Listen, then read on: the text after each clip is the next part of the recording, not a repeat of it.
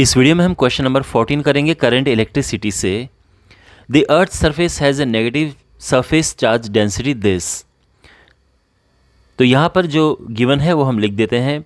Surface charge density है means जिसको हम यहाँ पर जो सिग्मा कहते हैं that is 10⁻⁹ coulomb per metre square. Negative charge density तो इसको नेगेटिव वे से लिखने की आवश्यकता है नहीं, क्योंकि इवेंचुअली हमें टाइम निकालना है और टाइम तो पॉजिटिव में ही आता है।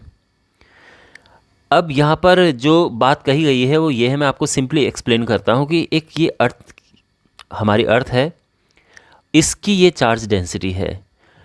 तो अगर हमें इस चार्ज को न्यूट्रलाइज करना हो, मीन्स ये सारा चार्ज को ख़त्म करना हो, तो कितना टाइम लगेगा, जबकि इतना करंट फ्लो कर रहा है, ये करंट फ्लो कर रहा है, ठीक है ना। तो आप जानते हैं कि जो Q होता है चार्ज, ये होता है IT।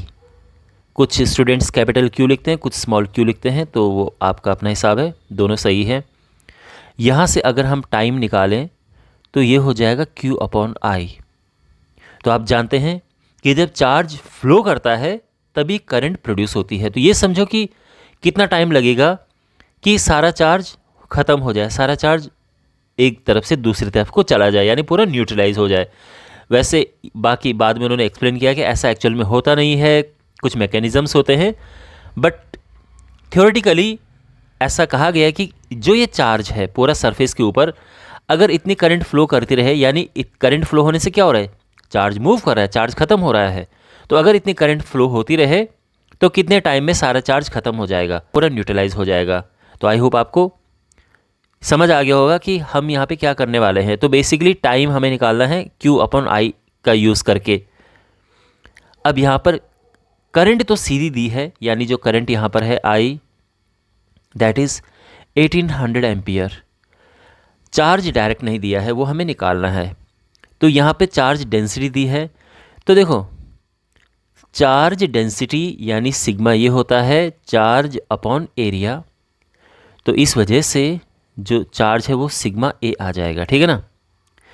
और एरिया क्या होता है, देखो Q की जगह पे हम लिख देंगे सिग्मा A/I। और अब A क्या है, तो ये हो जाएगा A यानी सरफेस एरिया ऑफ स्फेयर, जो कि होता है 4πr²। आई होप आप इस फॉर्मूले से अवेयर होंगे, अपॉन I।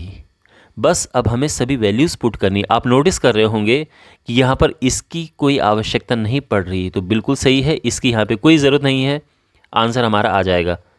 तो ये हो गया 10⁻⁹ सिग्मा